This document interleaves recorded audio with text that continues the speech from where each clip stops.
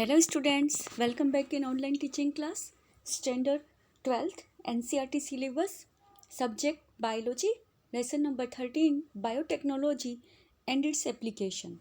I explained you up to the applications of biotechnology in nowadays in the agriculture field and organic agriculture. Now let's we take a new application and the biotechnological application in medicines. Okay, in medicines nowadays you see the when we get any disordered genetic disease or any bacterial and infected disease and virus diseases, then we can cure it easily and we can remove its core easily. Okay, only all this by possible only by the biotechnologies applications in medicines. Okay, medicines के अंदर biotechnology की जो applications है, जो uses है, वो इस तरह से हो गए कि यहाँ पर जो है डीएनए टेक्नोलॉजी जो होती है उसको प्रोसेस को यहाँ पर अप्लाई करके इस डीएनए टेक्नोलॉजी प्रोसेस से इस तरह की एंटीबायोटिक्स, ड्रग्स, इफेक्टिव ड्रग्स और वैक्सीन्स बनाए जाते हैं जो पैथोजेंस जो होते हैं, बैक्टीरिया है, वायरस है, कोई फंगस है या कोई भी डिजीज़ है, कैंसर वगैरह, तो उनको डिटेक्ट करके उनके अगेंस्ट एंटीबायोटिक और वैक्सीन्स को अप्लाई करके उसका जो ट्रीटमेंट इजीली किया जा सकता है। तो इस तरह से यहाँ पर जो रिकॉम्बिनेंट यहाँ पर ये थेरेपिस्ट है, ये यहाँ पर अनवांटेड जो इम्यूनोलॉजिकल रिस्पॉन्स जो होते हैं एक ह्यूमन के अंदर, ठीक है, तो वो आइसोलेटेड करके इस तरह से इस डिजीज़ को जो होता है वो रिमूव किया जाता है। इस तरह से 30 रिकॉम्बिनेंट जो थेरेप्यूटिक्स है वो ह्यूमन जो होते हैं उनके लिए यूज़ के लिए यहाँ पर इंडिया में आए हैं। उसमें से 12 जो है अभी मार्क्ड हो गए। ओके, 30 रिकॉम्बिनेंट थेरेप्यूटिक्स जो है वह अभी प्रेजेंट में आए हैं बायोटेक्नोलॉजी एप्लीकेशंस के मेडिसिन्स में। ह्यूमन के लिए ह्यूमन पर अप्रूव कर दिए गए हैं, जो ह्यूमन के लिए हार्मफुल नहीं है, इफेक्टिव है। उसमें से 12 जो है अभी प्रेजेंटली मार्क्ड हुए हैं। ओके, अब यहाँ पर मेडिसिन्स की बात कर रहे हैं तो सबसे फर्स्ट नंबर है अपने यहाँ पर जेनेटिक इंजीनियरिंग इंसुलिन। ठीक है, इंसुलिन जो होता है वह डायबिटीज़ जो होती है उसके अंदर उसकी डिजीज़ के लिए रिस्पॉन्सिबल है, क्योंकि इसमें हमारा इंसुलिन जो होता है वह ग्लूकोज के लेवल को, जो एंडोक्राइन ग्लैंड्स होती है हमारी, वह ग्लूकोज के लेवल को जो होता है वह मेंटेन करती है। और इसमें अप एंड डाउन होने से ग्लूकोज का लेवल, इंसुलिन जो होता है हार्मोन्स, उसकी कमी से या उसकी ज़्यादा सिक्रेशन से डायबिटीज़ डिजीज़ हो जाती है, वह पेशेंट डायबिटिक पेशेंट बन जाता है। इस तरह से इंसुलिन जो होता है इसका वैक्सीन दे करके इसका ट्रीटमेंट किया जा सकता है। वो ओनली पॉसिबल है बायोटेक्नोलॉजी की हेल्प से।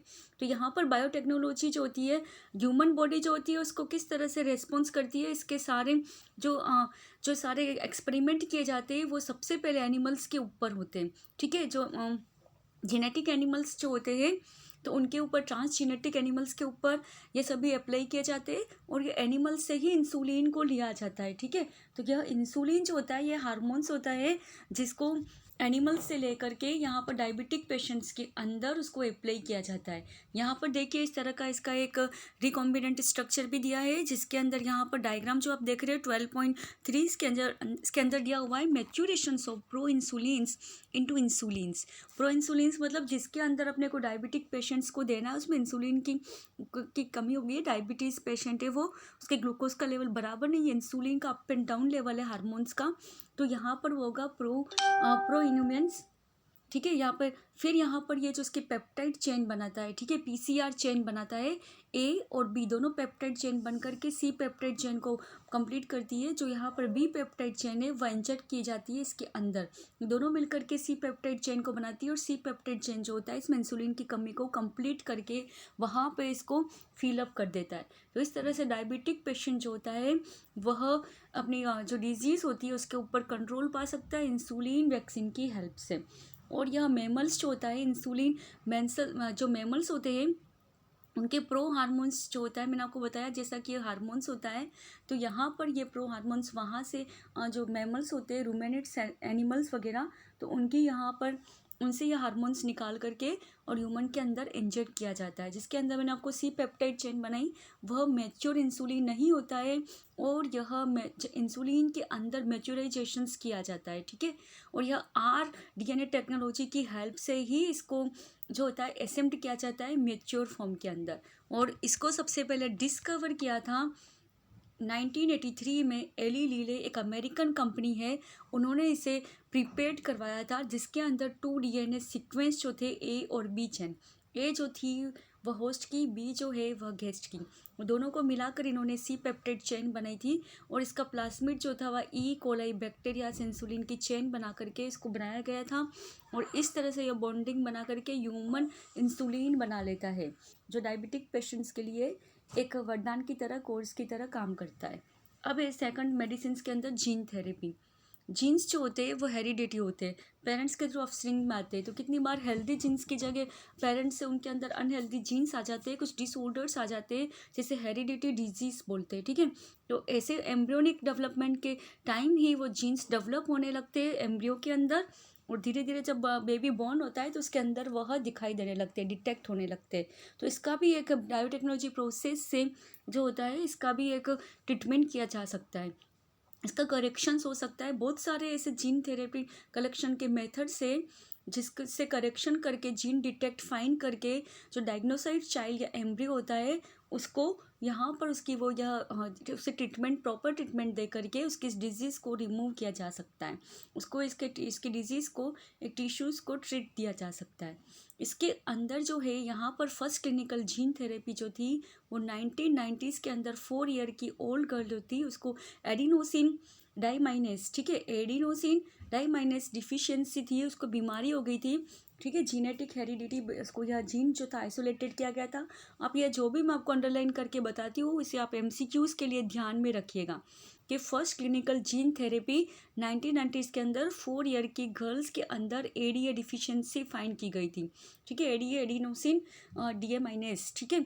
यह एक एंजाइमेटिकल जो होती है, यह एक वह डिफेक्ट था, इसके अंदर इम्यून सिस्टम जो होता है वह इस एंजाइम के लिए क्रूशियल्स हो जाता है। यह डिसऑर्डर जो होता है ये डिटेक्ट किया गया उस 4 ईयर की गर्ल्स के अंदर, और उसके अंदर इस डिफिशियंसी को जो कोर होता है इसकी वजह से उसको बोन मेरो ट्रांसप्लेशंस किया गया। बोन मेरो जो होता है एक टाइप का ब्लड कैंसर्स होता है, ठीक है, जिसके अंदर जो होता है बोन्स के अंदर हमारा जो प्लाज्मा और लिम्फ जो बनता है वह धीरे धीरे वीक और फिनिश हो जाता है। और उस ऐसे जो पेशेंट्स होते हैं वो ब्लड कैंसर के पेशेंट्स होते हैं, और उनको एवरी मंथ जो होता है वो ब्लड का ट्रांसफ्यूशंस करना होता है। एक डेंजरस डिजीज़ होती है जिसका कोज डेथ भी हो सकता है। तो इस तरह से यह डिसऑर्डर जो था उस 4 ईयर की गर्ल के अंदर फाइंड कर लिया गया, और फाइंड करने के बाद में उसके अंदर किस तरह के जीन थेरेपी ट्रीटमेंट उसको दिए गए। सबसे पहले उसकी ब्लड जो था उस पेशेंट का, उसके अंदर लिम्फोसाइट्स को फाइंड किया गया, उस लिम्फोसाइट्स के अंदर ही आया कि उसको बोन मेरो डिजीज़ है, और इसको कवर करने के लिए उसका लिम्फोसाइट जो था उसको सब्सिक्वेंटली जो था पेशेंट्स के अंदर रिटर्न किया गया। कोई एक इंजेक्ट इस तरह की यहाँ पर बायोटेक्नोलॉजी की हेल्प से जो सेल थी उसको फाइंड करके उसको इमॉर्टल किया एक, और फिर जो था पीरियोडिक इन्फ्यूजन्स के अंदर इंजीनियरिंग लिम्फोसाइट जो थे जेनेटिकली उनको वहाँ पर बना करके लैब के अंदर उसका टिश्यू कल्चर करके फिर उससे जो थी मेरो सेल प्रोड्यूसिंग किया उसके अंदर एडीए, ठीक है, क्योंकि इसके अंदर इसी एंजाइम्स की वजह से प्रॉब्लम थी। तो एडीए एक अदर टिश्यू सेल्स के अंदर जो था वह प्रोड्यूस किया गया। फिर यह सेल जो थी उसके एम्ब्रियोनिक स्टेज के अंदर जो थी जिसमें परमानेंट कोर बन गई थी उसके अंदर ट्रांसफ़र किया गया। तो इस तरह से इसको यहाँ पर रिमूव किया गया है जीनेटिक डिसऑर्डर को भी।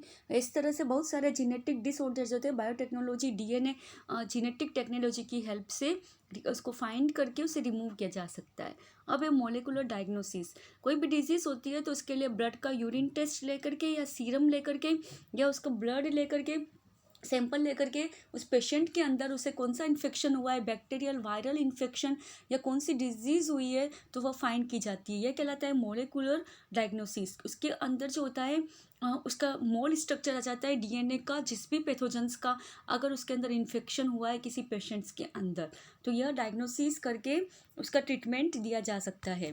इसके अंदर डीएनए रिकॉम्बिनेंट टेक्नोलॉजी जो होती है बायोटेक्नोलॉजी की एक जो मॉडर्न प्रोसेस है, उसके अंदर पॉलीमरेज चेन रिएक्शंस होती है, एंजाइम लिंक्ड होता है इम्यून सॉर्बेट एसेस, इसको आप याद रखिएगा, enzyme linked immunosorbent assays, okay. आप सबकी फुल फॉर्म भी याद रखिएगा। जैसे पीसीआर की मैंने आपको लास्ट वीडियो में बताई थी, पॉलीमरेज चेन रिएक्शंस।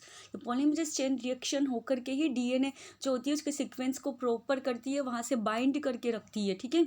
और इसके अंदर जो था एंजाइम लिंक्ड इम्यूनोसॉर्बेंट एसिस, ठीक है, ये दोनों को रिकॉम्बिनेंट किया गया। इसकी हेल्प से जो था डायग्नोसिस प्रोसेस टेक्नोलॉजी को काम में लाया गया। इसके अंदर जैसे प्रेजेंट पैथोजेंस है किसी पेशेंट्स के अंदर, बैक्टीरिया, वायरस, तो वो सस्पेक्टेड उसके सिम्टम्स देख करके पता कर लेते हैं कौन से यहाँ पर इसके अंदर हो सकते हैं। जैसे मलेरिया के है, उसके सिम्टम्स पता करके उस पैथोजेंस की अगर डॉक्टर को थोड़ा डाउट होता है कि ये है, तो उसका एक टेस्ट लिखते हैं, उस टेस्ट को डायग्नोसिस किया जाता है बायोटेक्नोलॉजी लैब के अंदर, बायोटेक्नोलॉजी प्रोसेस से।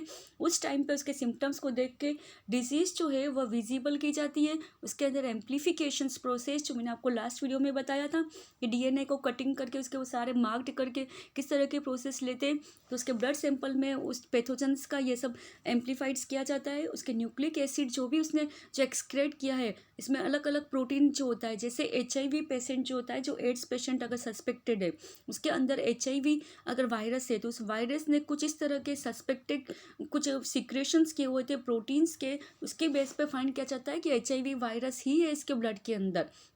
तो यह इस तरह से पावरफुल टेक्नोलॉजी जो होती है, इससे बहुत सारे जेनेटिक डिसऑर्डर्स फाइंड किए जाते हैं। इसके अंदर एक सिंगल स्ट्रैंड डीएनए और आरएनए जो होता है वह लेकर के रेडियो एक्टिव मोलेकुलर प्रोसेस से उसको अलाउ किया जाता है, हाइब्रिडाइड किया जाता है, फिर उसका कॉम्प्लीमेंट्री डीएनए क्लोन बनाया जाता है। इस तरह से वहाँ पर उसकी ऑटो रेडियोथेरेपी से उसका डिटेक्शन हो जाता है।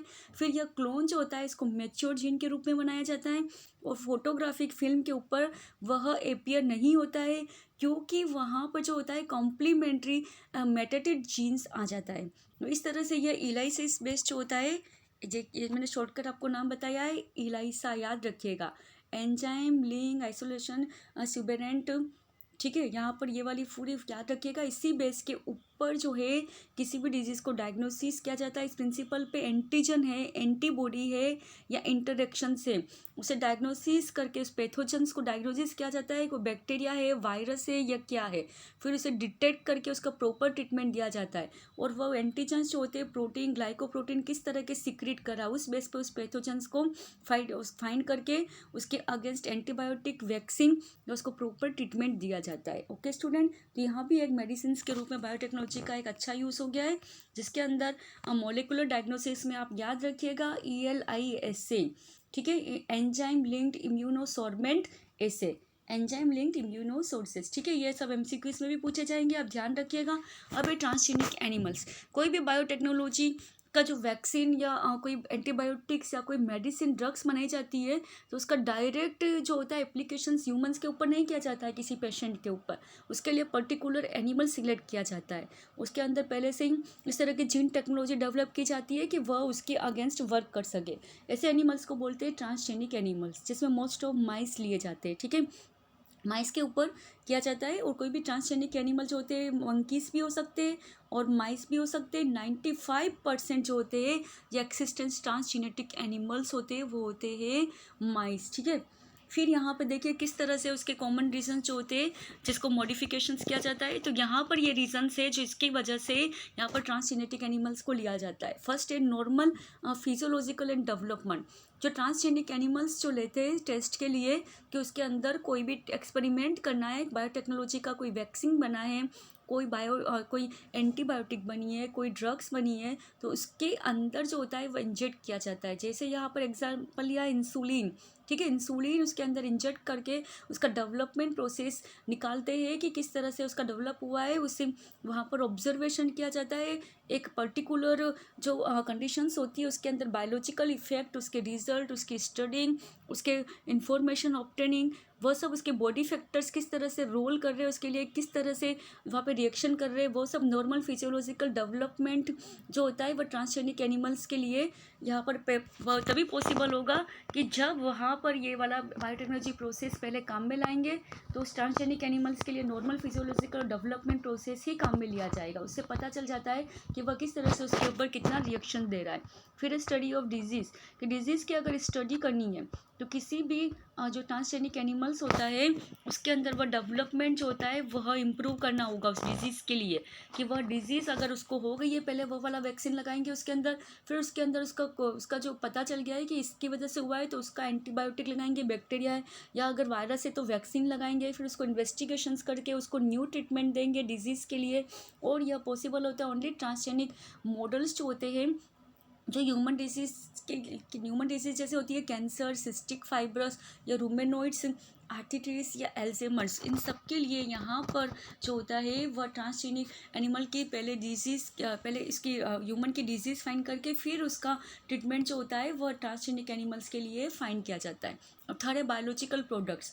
जो बायोलॉजिकल प्रोडक्ट्स होते हैं वो ह्यूमन के अंदर डायरेक्ट ट्रीट करने से उसके अंदर कोई एलर्जिक या कोई डिजीज़ या कोई साइड इफेक्ट दे सकते हैं। इसके लिए ट्रांसजेनिक एनिमल्स जो होते हैं उसके अंदर यूजफुल बायोलॉजिकल प्रोडक्ट्स क्रिएट किए जाते हैं, कि जैसे डीएनए का पोर्शन से या कोई जीन से उसका, तो इस तरह से वह ह्यूमन प्रोटीन जो है एक होता है अल्फा-1 एंटीट्राइप्सिन्स, यह इस ट्रीटमेंट जो एम्फिसिना जो ट्रीटमेंट होता है उसके लिए यूज़ किया जाता है। तो सबसे पहले वह ट्रांसजेनिक एनिमल्स के अंदर बायोलॉजिकल प्रोसेस से उसके अंदर इंजेक्ट किया जाता है, फिर उसको अटेम्प्ट करा करके उसको ट्रीटमेंट दिया जाता है एक फिनाइलकेटोनुरिया और सिस्टिक फाइब्रस, जो 1997 के अंदर फर्स्ट ट्रांसजेनिक काऊ जो होती है रोजी काऊ, उसके अंदर यह दिया गया था। ठीक है, ये ध्यान रखिएगा, अब मैं जो भी अंडरलाइन करके आपको बताती हूँ।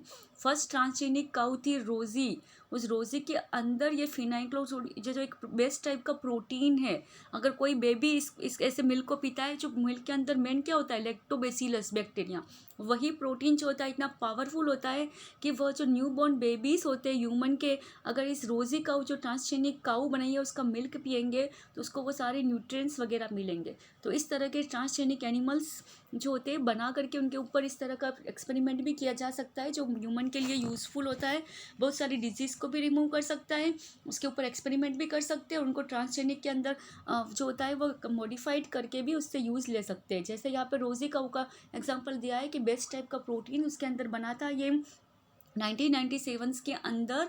ठीक है, उस प्रोटीन्स में अंदर 2.4 ग्राम पर लीटर एनरिच्ड प्रोटीन मिल्क था वो, और उसके अंदर जो था अल्फ़ा लेक्टेबेलम नाम का जो एक कंटेंट्स बना था, और यह मिल्क इतना ज़्यादा पावरफुल और यूज़फुल न्यूट्रिएंट फूड था बेबीज़ के लिए। ठीक है, फिर है वैक्सीन सेफ्टी। कोई भी ट्रांसजेनिक माइस है उसको पहले डेवलप किया जाता है टेस्टिंग के लिए, कि अगर ह्यूमन के लिए कोई वैक्सीन बनाए तो उसके अंदर पहले इंजेक्ट करके उसके टेस्टिंग किए जाएंगे। जैसे सबसे फर्स्ट जो अपना पोलियो वैक्सीन था, वह इसके अंदर पोलियो वैक्सीन का पहले टेस्टिंग जो था ट्रांसजेनिक माइस के अंदर किया गया था। वो एक सक्सेसफुली जो था वह सक्सेसफुली रिजल्ट निकला था। उसके बाद में उसको रिप्लेस करके मंकीज़ को इसके लिए लिया गया था वैक्सीन के लिए। ठीक है, और यह बहुत ही ज़्यादा सक्सेसफुल एक्सपेरिमेंट रहा था। इंडिया में 95% पोलियो वैक्सीन से जो होता है अभी वह बिल्कुल जो डिजीज़ है वो रिमूव हो चुकी है। अब केमिकल सेफ्टी टेस्टिंग, अगर कोई डायरेक्ट अगर ह्यूमन के अंदर अपन कोई भी इंजेक्ट वगैरह करेंगे कोई वैक्सीन या कोई भी एंटीबायोटिक्स को डायरेक्ट देंगे तो वो टॉक्सिक है या उसके लिए कुछ टॉक्सिक नहीं बन जाए, कि कोई साइड इफेक्ट नहीं करे, उसका सेफ्टी टेस्ट किया जाता है सबसे फर्स्ट ट्रांसजेनिक एनिमल्स के अंदर। उसके जीन्स लेकर के पहले उसका टॉक्सिक सब्सटेंस जो होता है वो नॉन जीनेटिक जो ट्रांस एनिमल्स होता है उससे ज़्यादा सेंसिटिव होते हैं जीनेटिक ये ट्रांसजेनिक एनिमल्स, इसीलिए उसका टॉक्सिक सब्सटेंस के लिए ज़्यादा सेंसिटिव होकर के उसके लिए रिएक्शन फटाफट दे देते हैं और कम टाइम में हमको बेटर रिजल्ट मिल जाता है, पता चल जाता है उससे कि ये इफेक्टिव है या नहीं। तो इस तरह से ये 5 प्रोसेस मैंने बताया, इसी वजह से ट्रांसजेनिक एनिमल्स जो होते हैं वह काम में लिए जाते हैं इसके बायोटेक्नोलॉजिक प्रोसेस के लिए। तो यहाँ पर ये थे normal physiological development, study of disease, biological products, vaccine safety और केमिकल सेफ्टी टेस्टिंग। ठीक है, तो ये सारे 5th प्रोसेस आप पढ़ लीजिएगा, किस वजह से ट्रांसजेनिक एनिमल लिए जाते हैं और कौन से लिए जाते हैं। मोस्ट ऑफ माइस होते हैं और मंकीज़ भी लिए जाते हैं, किस वजह से लिए जाते हैं ये 5 आप पढ़ लीजिएगा, आपके 2 और 3 मार्क्स के अंदर इंपॉर्टेंट हो सकते हैं। फिर इथिकल इश्यूज़, इथिकल इश्यूज़ मतलब कुछ इस तरह के लीगली कुछ पार्ट जो हो जाते हैं जिसके ऊपर स्टे लग जाता है, कि जैसे जितने भी एनिमल्स जो काम में लेते हैं कि इसके ऊपर मैंने अभी बताया ट्रांसजेनिक, तो वह एक तरह से गलत होता है कि एनिमल्स के ऊपर वो इंजेक्ट किया जा रहा है, उस एनिमल्स को लॉस भी हो सकता है। कुछ एथिकल इश्यूज होते हैं कि हमारे इंडिया के अंदर जैसे पीपल है, तुलसी है और नीम है, ये हर्बीवर्स प्लांट जो है हम इन्हें एक गॉड की तरह से इसकी वर्शिप भी करते हैं और ये एक आयुर्वेदिक मेडिसिन, हर्ब्स मेडिसिन के रूप में हमारे काम में आते हैं। तो ये सब धीरे धीरे जो इंडिया ने अपना पेटेंट बनाया, अपना इंडियन कल्चर है, वह डिस्ट्रॉय हो जाएगा अगर हम उनकी जगह फॉरेन कल्चर की मेडिसिन जो होती है, ये एलोपैथिक मेडिसिन हम काम में लेंगे, ठीक है। और ये बहुत सारे साइड इफ़ेक्ट्स भी करती है। तो इस तरह के कुछ इथिकल इश्यूज होते हैं जो बायोटेक्नोलॉजी को अलाउ नहीं करते। इसे इंडियन गवर्नमेंट जो थी उसका ऑर्गेनाइजेशन था GEAC, genetic engineering approval committee, उन्होंने सबसे पहले रिकॉर्ड किया था वैलिडिटी GM रिसर्च की। GM जो होती है वह जीनेटिक मॉडिफाइड टेक्नोलॉजी, ठीक है। तो इसको पब्लिक सर्विस के अंदर इसको अप्लाई करना या नहीं, ये इंडियन गवर्नमेंट ने सबसे पहले इसके लिए कंपनी बनाई थी, ऑर्गेनाइजेशन बनाया था GEAC। और यह मॉडिफिकेशन यूजेस जो थे लिविंग ऑर्गेनिजम्स के पब्लिक सर्विस के रूप में, as a food, as a medicine, और बहुत सारे एग्जांपल है। तो उससे इसको काम में कोई प्रॉब्लम जो होती है वह क्रिएट नहीं करे, इस तरह का ग्रांट पेटेंट बनाया गया इंडिया में कि इसके ऊपर कोई ऑब्जेक्शंस नहीं आए। इसको अप्लाई करने से पहले उसका एक जो होता है पेटेंट बना करके परमिशन लिया जाना कंपलसरी कर दिया। इस तरह से यहाँ पर जो थी पब्लिक इससे एंगर हो गई थी। क्यों एंगर हो गई थी, मैंने आपको इसके रीज़न सभी स्टार्टिंग में बताए थे कि यहाँ पर पेटेंट प्रोडक्ट्स या टेक्नोलॉजी जो होती है वह जेनेटिक मटेरियल्स के लिए प्लांट्स और बहुत सारे बायोलॉजिकल ट्रीटमेंट किए जाते हैं, उनको आइडेंटिफाई किया जाता है, डेवलपमेंट किया जाता है और उसके अंदर फार्मर्स का यूज़ किया जाता है और पीपल जो होते हैं स्पेसिफिक रीजन या कंट्री के अंदर ही किया जाता है। तो वो सबसे उन सभी लोगों को जो वहाँ पे नॉर्मल एरिया के अंदर रहने वाले जो पीपल्स होते हैं, नेटिव पीपल्स, उन सबको प्रॉब्लम क्रिएट होता है। राइस एक बहुत इंपॉर्टेंट ग्रैंड फूड है। अगर हमें 2 टाइम का खाना खाना है तो उसमें सीरियल्स के साथ जो जैसे साउथ इंडियन से वह राइस ही अपना फूड खाते हैं और एटलीस्ट राइस की 2 लाख वेराइटीज़ इंडिया के अंदर जो है वह डेवलप की जा सकती है और सब कुछ ओनली बाय पॉसिबल हुआ है बायोटेक्नोलॉजी से। बासमती राइस जो आप खाते हैं कि वह कितना बेस्ट टाइप का राइस होता है, उसके अंदर 27 डॉक्यूमेंट्स वेराइटीज़ जो होती है वो इंडिया के अंदर ग्रोन की जाती है। इसके अंदर फॉल्कलोर टेक्स्ट और पोइट्री भी जो होती है बासमती राइस के ऊपर बहुत सारी सेंचुरीज़ के अंदर बन चुकी है। और इसके अंदर 1997 के अंदर अमेरिका की कंपनी जो थी उन्होंने बासमती राइस का एक पेटेंट ले लिया था कि हमारा बासमती राइस जो बनेगा वह सिर्फ हमारा ही पेटेंट लगेगा कि हमारी कंट्री का सिक्का लेवल बन करके जाएगा। और अगर न्यू वैरायटी आपको बनानी है तो उसके लिए US या एब्रोड जो होता है उसी का परमिट लेटर जो होता है वह वहाँ पर अप्लाई होगा। न्यू वैरायटी बासमती एक्चुअली जो होती है वो इंडियन फार्मर्स वेराइटीज़ ने ही डिराइव की थी। इंडियन बासमती जो था वह सेमी ड्वार्फ वेराइटीज़ जो थी उसको क्रॉस करके चला गया था और इसमें इंडिया में बहुत सारी जो थी बासमती वेराइटीज़ को डेवलप की गई थी। और बेस्ट टाइप का जो पेटेंट था वह बासमती का वह ओनली जो अमेरिकन कंपनी जो थी उसी ने उसका पेटेंट लिया हुआ था, उसी के पास उसका राइट्स था। ये इंडिया ने सेमी डेवलपमेंट करके यहाँ पर बहुत सारे अटेम्प्ट करके पेटेंट यूज़ करके प्रोडक्ट्स और प्रोसेस बेस पर इंडियन ट्रेडिशनल हर्ब्स मेडिसिन जैसे टर्मरिक, नीम, मैंने आपको पहले बताया था, उन सबके भी पेटेंट लिए थे जिससे इंडियन कल्चर भी शो होता है और वह ऐसे आयुर्वेदिक मेडिसिन के रूप में भी काम में आ सकती है। और यहाँ पर इमीडिएटली अगर हमने इसके ऊपर जो पेटेंट एप्लीकेशंस नहीं किया तो हमारी कंट्री जो होती है जो रिच लेगेसी कहलाती है, ठीक है, यहाँ पर तो उसके उस पर भी एक कुछ क्वेश्चन मार्क्स लग सकता है। इसके लिए यहाँ पर ये एथिकल इशूज जो था वह एक खड़ा हो गया था इंडियन गवर्नमेंट के साथ में। फिर है बायोपिरेसी।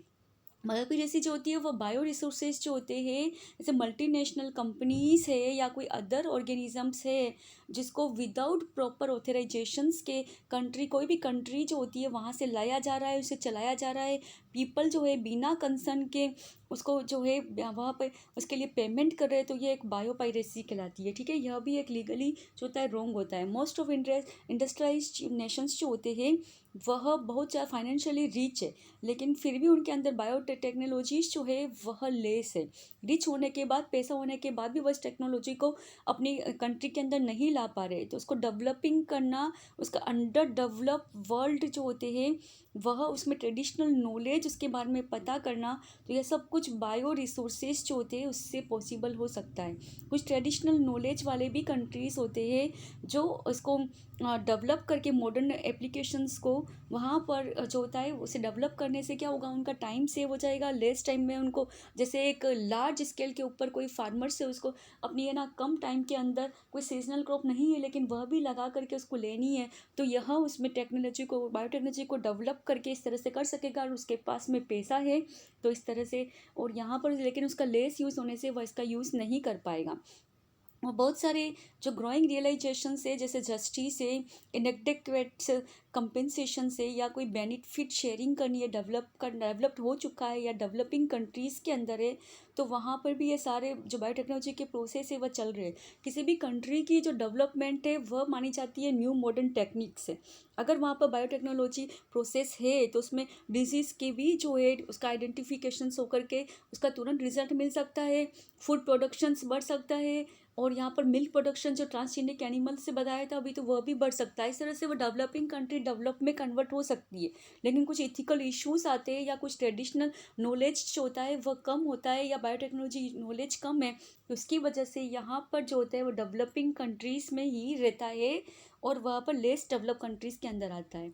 इंडियन पार्लियामेंट जो है रिसेंटली जो है वह उसने क्लियर कर लिया है, सेकंड एडजस्टमेंट जो है इंडिया का, यहाँ पर उसने एक पेटेंट बिल बनाया है जिसके अंदर अगर कोई इश्यूज आता है तो उसका कंसिडरेशन किया जाता है, फिर उस पेटेंट को इमरजेंसी प्रोविजंस के रूप में अप्लाई किया जाता है, वहाँ पर रिसर्च किया जाता है, उसको डेवलपमेंट इनिशिएशंस के रूप में अप्लाई किया जाता है। तो इस तरह से इंडिया ने कुछ इस तरह के पेटेंट बना दिए कि बायोटेक्नोलॉजी को उस पर अप्लाई किया जा सकता है, जिससे वो डेवलपिंग कंट्री से डेवलप कंट्री के अंदर भी वहाँ पर मॉडिफाइड हो चुके हैं।